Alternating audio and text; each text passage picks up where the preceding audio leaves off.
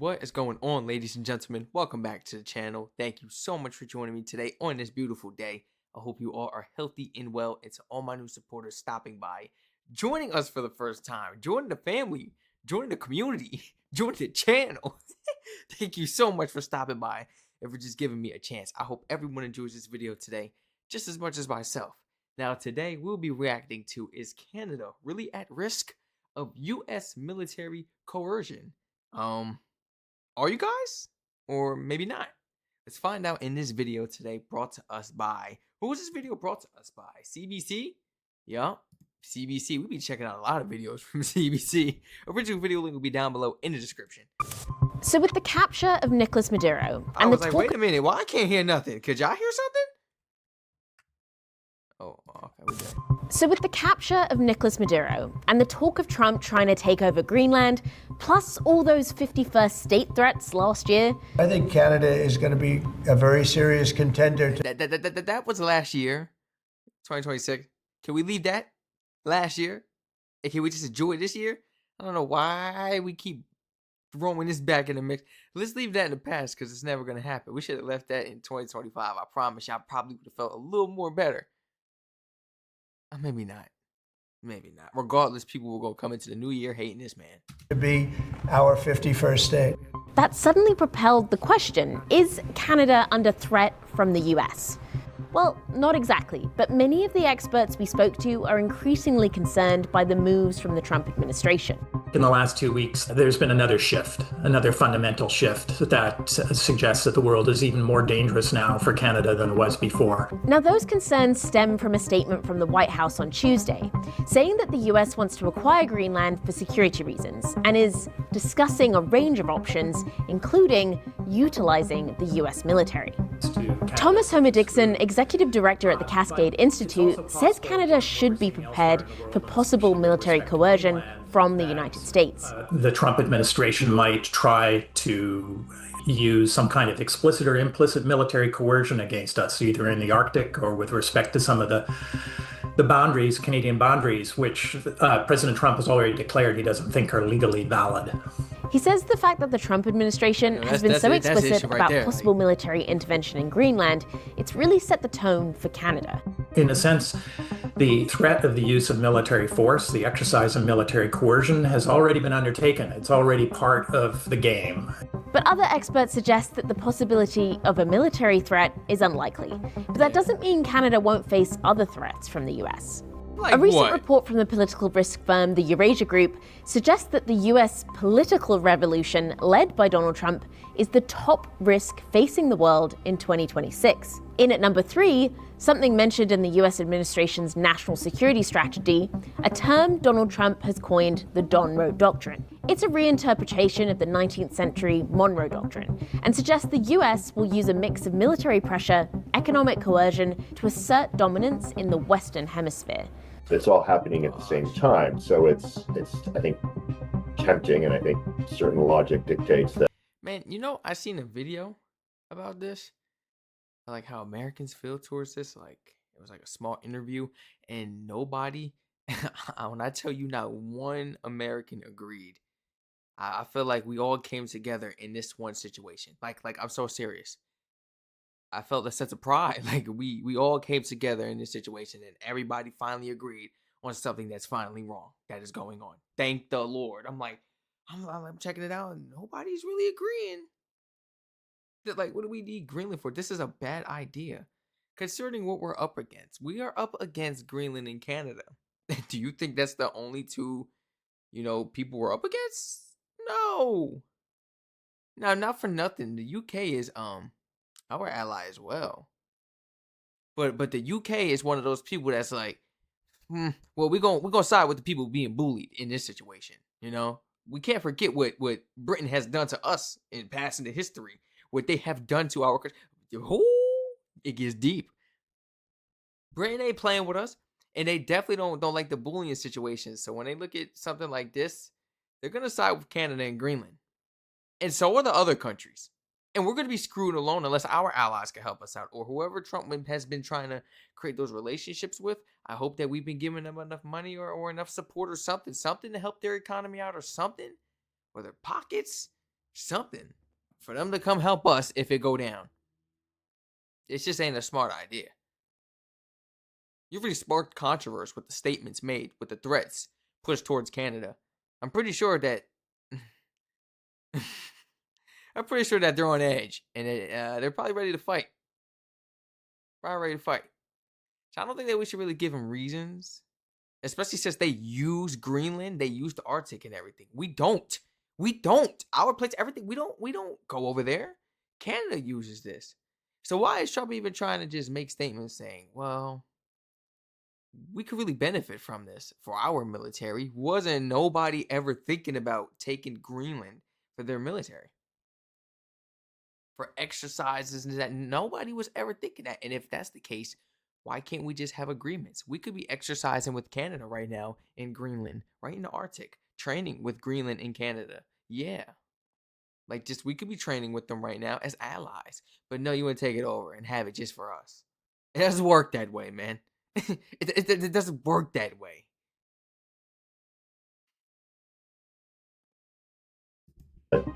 Um, Tempting, and I think certain logic dictates that the administration is viewing the continent as a whole. But I do think really the national security strategy is really thinking about everything south of the United States.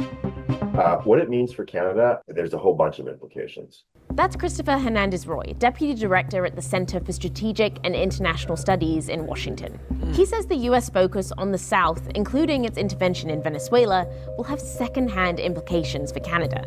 Canada is an important pillar of the multilateral architecture in the Western Hemisphere, particularly through the Organization of American States, which is, I don't think anywhere in the calculation of the Trump administration, all of these actions are unilateral. So that diminishes the multilateral architecture, that diminishes the rule-based order that prevails, until recently, that prevails in the hemisphere, things that Canada values. As for Trump's statements about wanting Greenland for national security reasons, Hernandez-Roy says it does raise a threat to Canada's Arctic sovereignty. It raises possibilities that I think Canada is not currently equipped to deal with. And it raises the specter of the US wanting to patrol the Canadian Arctic for the same reasons that it is saying it needs to have Greenland to keep the Russian and Chinese ships away. It might just be that much more tempting for the United States to assume on Canada's behalf, perhaps, more patrolling of the Canadian Arctic because Canada's infrastructure is just so thin, at least at the present. I would caution against kind of the belief that there's imminent risk for any U.S. military action towards Canada. For Imran Bayoumi, a security and strategy expert at the Atlantic Council, he says that this means Canada needs to continue to step up its Arctic presence. I know. Because I was just about to say that. You guys got involved already? It's kind of like at this point, it's out there. It's known. It's aware. People know that there are troops in the Arctic right now. And that it's not a big number. It was in a video. If I know this information, they probably know it. Who else knows it, It's not too many. We don't know now how many, Carney is sending out there right now. But I know that the numbers are multiplying 100%. The training is going to get serious because now, Canada's not really. I understand that maybe. I don't know what is she basically trying to say? Like money wise, Canada is not ready for like what could possibly happen, or like are we what are we possibly talking about? I just want to know in the comments. I feel like the only threat towards Canada is what they might lose, towards the economy, the money out the pockets, When there's times of war, I don't know how other countries deal with it, but the prices are going to go up. People are going to definitely notice that. Now, they could take it as, hey, I'm supporting my country. Other people are like, well, you got us in this situation, and now you're affecting the people with this war thing? Some people agree, some people disagree. It depends who's really down, with their country through thick and thin, who they don't care, I say Canada's safe. There's really no real threats from the U.S. towards Canada. I don't think the U.S. is going to swoop in there and try to take out Canada, this and that. Absolutely not. But I feel like if Canada wants to be safe now that it's known that they are out there in the Arctic, you got to send more troops. You got to send way more troops, and you got to send enough stuff out there to hold you guys down long enough until support is able to make it there. So I guess they could be able to calculate how many rounds, how much of this or that we're going to need. They could go down the list. But other than that, I feel like Canada's completely fine. I don't think this is really going to go any further. Being honest, I don't think the U.S. This is going to be like another proposal, basically, in how it is with Canada. We're kind of, what's the word? Defensively fighting, passively fighting. Yes, passively fighting. For the country, he is passively fighting for Canada. He didn't swoop in there and take that. He's gonna do the same thing for this sovereign nation, Greenland. He's not gonna swoop in there and take it. That's not how stuff works now. That's not how that works. You really gotta come to that agreement. You really gotta come to that agreement. And if he really took it there to where he want to go to war and be like, well, screw that. It's ours now. Ooh, well, can we really be mad at all the other countries, including our allies, saying, well, screw us and just turning their backs on us and coming to help? Then what? Because that's not right. That is not right, bro. Something that Prime Minister Mark Carney has commitments to do. The U.S. wants its allies to take on more, and it's going to call for Canada to have a bigger Arctic presence. It's in Canada's best interest that it works with the U.S. in the Arctic, and then it's also in Greenland's best interest that Denmark works with the U.S. in the Arctic. So a cooperative approach rather than one based on threats of annexation would set all three countries up for greater success. Unfortunately, for Canada and Denmark, a cooperative approach doesn't appear to be in the Trump administration's DNA. Nope. Oh my gosh. Please share your honest thoughts and opinions down below in the comment section. How do you think this situation is going to play out between the U.S. and Greenland and Canada? Denmark's even in the mix a little bit. I hope this doesn't end up bad. I really hope this goes well. Maybe they could propose some type of agreement and let the man send his troops out to train with you guys. At this point, you done betrayed, man. Like people feel betrayed after some time. Even after like one time, they feel betrayal, man. Now ain't nobody want to mess with us now. They probably wouldn't accept that deal when it probably could have happened. Well, what is it that you really want? You don't gotta take our sovereign nation. Pretty sure we could have an agreement. You could send this and that. But it seems that if you are smaller than our country, if you are smaller than the US, I'm not talking about size of your country. I'm talking about your military. He's looking at, how Americans do? They're looking at the money and they're looking at numbers. This is what Americans do. Money and quantity. They don't really, and none of it really means anything. It's really just the training. It's equality, not the quantity. People, real ones know that. But this is what the U.S. is based off of. So when they see any other country like that, or they got little military problems or GDP issues, reaching this and that, they like, oh, we're going to stomp over them. That's exactly the thoughts probably going through his mind. Yeah. But is it going to go any further?